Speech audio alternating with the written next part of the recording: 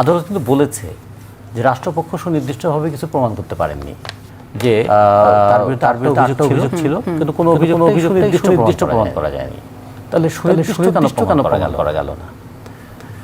আবার যখন মামলাগুলো হচ্ছিল তখন বাংলাদেশের নামকরা আইনজীবীদের অন্যতম তারাও বলেছিলেন যে যেভাবে মামলাগুলো হচ্ছে 80% মামলাই কোর্টে টিকবে না।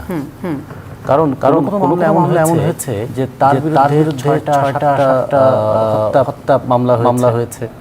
হত্যা মামলার ক্ষেত্রে তিনটা জিনিস খুব গুরুত্বপূর্ণ। তিনি কি সরাসরি হত্যা করেছেন? তিনি কি নির্দেশ দিয়ে হত্যা করেছেন? অথবা তিনি পরিকল্পনার সঙ্গে ছিলেন? তো হত্যার পরিকল্পনার সঙ্গে থাকলে সেটা তো প্রকাশ্য হয় না। আর নিজে তিনি হত্যা করেছেন এরকম কিছু প্রমাণ করাও মুশকিল। 2025 সালের 17 নম্বর 5টি অভিযোগের মধ্যে 3টিতে সর্বোচ্চ সাজা অর্থাৎ ফাঁসি এবং 2টিতে আমৃত্যু কারাদণ্ড হয়েছিল প্রাক্তন প্রধানমন্ত্রী শেখ হাসিনার। তো তার বিরুদ্ধে তো মামলার রায় হয়ে আছে, তো সেই রায়টা কি বলবেন? না, সেটা তো সুপ্রিম কোর্টে আপিল হবে। আপিল হয়ে যদি সেখানে মেরিট প্রমাণিত না হয় তিনি খালাসও পেতে পারেন, তার মৃত্যুদণ্ড কমতে পারে, যাবজ্জীবন কমতে পারে, তার আপিল করার সুযোগ আছে। এটা ট্রাইব্যুনালের রায় তো চূড়ান্ত না। কিন্তু আমার কথা হলো যে তার তো ধরেন ওখানে রাজসাক্ষী বানাইছে, ট্রাইব্যুনালের রাজসাক্ষী অ্যালাউড, এবং তিনি তো চোখে দেখে বলে দিচ্ছেন সাক্ষী, তার আবার 5 বছর হয়ে গেছে কারাদণ্ড।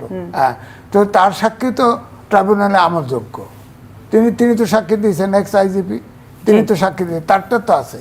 হ্যাঁ, তিনি তো নিজে সাক্ষী দিচ্ছে, আমাকে হুকুম দিছে, এই করছে সেই করছে, তো এই সাক্ষী। সুতরাং হাসানুল্লাহ খান ইনুর যে মেরিটস আছে, শেখ হাসিনার কিন্তু ওই মেরিটসটা ট্রাইব্যুনালের কেসে আসলে অতটা শক্তিশালী নয়। হ্যাঁ, তবুও সুপ্রিম কোর্ট কী করে সেটা সুপ্রিম কোর্টের বিষয়। এখন তো মামলার রায়গুলো হয়েছে 6টা রায়টা, কিন্তু তাকে তো আসতে হবে। এই যে আসার উপলক্ষে এখন একটা যেটা জায়গায় উনি সর্বশেষ একটা গণমাধ্যমে এনডিটিভিতে যে বক্তব্য দিলেন চলতি বছরে আসবেন, ঠিক আছে, কিন্তু তার এই বক্তব্যের প্রেক্ষাপটে আমরা দেখেছি সাবেক মার্কিন ডিপ্লোম্যাট জন এফ ড্যানিলোভিচ বলেছেন শেখ হাসিনা কখনোই ফিরবেন না। তিনি যদি ফিরেন তার মৃত্যু হবে জেলে কিংবা নির্বাসনে, এবং এই সত্যটা মেনে নিতে বলেছে তার পরিবারকে, এবং বাংলাদেশের জন্য এটা সৌভাগ্য হবে যে এই সত্যটা যেন তার দল আওয়ামী লীগ এবং তার পরিবার মেনে নেয়, তিনি আর কখনোই ফিরবেন না। এবং তিনি একটা রিফর্ম আওয়ামী লীগের কথা কিন্তু বলেছেন, যে সংস্কার, সেই জায়গাটা নিয়ে আপনি কি বলেন? অর্থাৎ এই ডিপ্লোম্যাটের বক্তব্যটাকে আপনি কিভাবে ব্যাখ্যা করবেন? দেখেন, ডিপ্লোম্যাট সঠিক বলেছে। তিনি আগে কিন্তু একটা আলোচনা শুরু হয়েছিল, রিফর্ম আওয়ামী লীগ অর্থাৎ রিফাইন আওয়ামী লীগ বলা হয়েছে, যারা নির্দোষ আওয়ামী লীগের নেতা দেশের ভিতরে আছে, পলাতক দিয়ে ভাবা হয় নাই, দেশের ভিতরে আছে।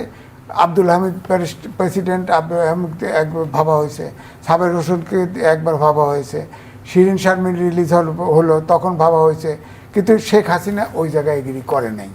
তিনি তার ফ্যামিলির লোক দিয়ে চাইছে, ফ্যামিলির লোক শেষ পর্যন্ত দেখা যাচ্ছে এটাও রিজেক্ট, জয় পুতুল দ্বারা হবে না, তিনি নিজেই এটার দায়িত্ব ছাড়বেন না। তিনি এখন এনডিটিভিতে সাক্ষাৎকার দিয়েছে, এটাও সত্য, কিন্তু এটা কালকেই আমার একটা পত্রিকায় লেখা বেরোবে, তিনি তো আসতে পারবেন না, আসার কোনো সুযোগ নাই।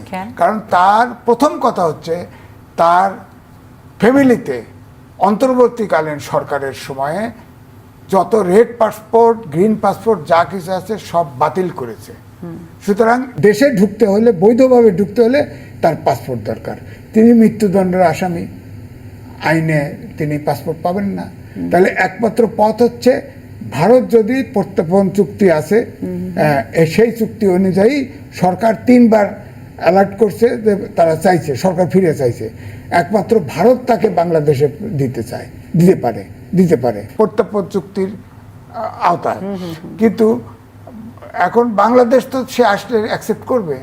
প্রয়োজনে যদি সরকারের কাছে ভারত বলে যে আমরা তাকে প্রত্যর্পণ করব, টোটাল বিষয়টা এখন ভারতের উপরেই ডিপেন্ড করছে, ভারত কি করবে। অফকোর্স, কারণ ধরেন তিনি যদি এখন ধরেন কোনো এদিক এদিক করে বর্ডারের ভিতর দিয়ে ঢুকতে চায়, তার আওয়ামী লীগ তো নেতৃত্ব শূন্য বাংলাদেশে, কে লিডারশিপ দিবে? যা দেখতেছেন গুড়াগাড়া যারা আছে এরা তো সংগঠিত আকারে ওনাকে প্রোটেকশন দিতে পারবে না, আর অভ্যুত্থানের শক্তি সব এক হয়ে যাবে। ঠিক 5ই আগস্টের পূর্ববর্তী সময় দেশ চলে যাবে, তো ওনার তো জীবন রিস্কও হয়ে যেতে পারে। উনি তো দেশে ঢুকতে পারবে না, ওনার দেশে আসার মতো পরিস্থিতি তৈরি হয় নাই। তিনি প্রথম দিকে যে মুভমেন্টটা ছিল, ভারতও যেটা চাইছে হয় অন্য দেশে তাকে পাঠানো, অথবা বলছে একটা মুভ হয়েছিল যে সে একটা রিফাইন আওয়ামী লীগ করে, যেমন শেখ হাসিনা তো আগে ছিল না, সরকারের সাথে একটা নেগোসিয়েট তলে তলে তলে তলে আন্ডারস্ট্যান্ডিং করে রিফাইন আওয়ামী লীগ একটা কইরা দলটাকে সংগঠিত করার পরে তিনি আসতে পারতেন। আপনি যত সহজ করে বিষয়টা বলছেন, আসলে কি এতটা সহজ না, সহজ না। আমরা এত তিনি সহজ- আসতে পারবেন না। আচ্ছা, তিনি আসতে পারবেন না। যেন রাজ্যকে যেমন আমি সেই জায়গাটাই আর কি জানতে চাচ্ছি যে বড় আর প্রশ্ন না করি, মার্কিন সাবেক যে ডিপ্লোম্যাট যে বক্তব্যটা দিয়েছেন যে প্রাক্তন প্রধানমন্ত্রী মৃত্যু জেলে হবে, তিনি নির্বাসনে থাকবেন, বাংলাদেশে ফিরতে পারবেন না, তার পরিবার এবং বাংলাদেশে তার স্থান নেই, তার দলকে এটা উপলব্ধি করতে বলেছেন এবং এটাই বাংলাদেশের জন্য সবচেয়ে ভালো বলছেন উনি, সৌভাগ্যের হবে এবং একটা বলছেন সংস্কারের বিষয়। মূলত এইটাকে আপনি কিভাবে ব্যাখ্যা করবেন যে সাবেক ডিপ্লোম্যাটের এই বক্তব্যকে? এবং আরেকটা জানেন যে আপনি যে দক্ষিণ এশিয়া বিষয়ক বিশেষজ্ঞ মিস্টার কুগেলম্যানও তিনি কিন্তু বলেছেন যে ভারত চাইছে না তাকে রাখতে, তৃতীয় কোনো দেশে পাঠাতে চাইছে, কিন্তু তৃতীয় কোনো দেশ তাকে নিতে চাইছে না। তো সুতরাং এই দুটো পরপর বক্তব্য, এনডিটিভিকে দেওয়া বক্তব্যের পরেই কিন্তু এই দুটো বক্তব্য উঠে এসেছে। আমি এটার ক্লারিফিকেশন চাই। আমাদের যতটুকু মনে হয়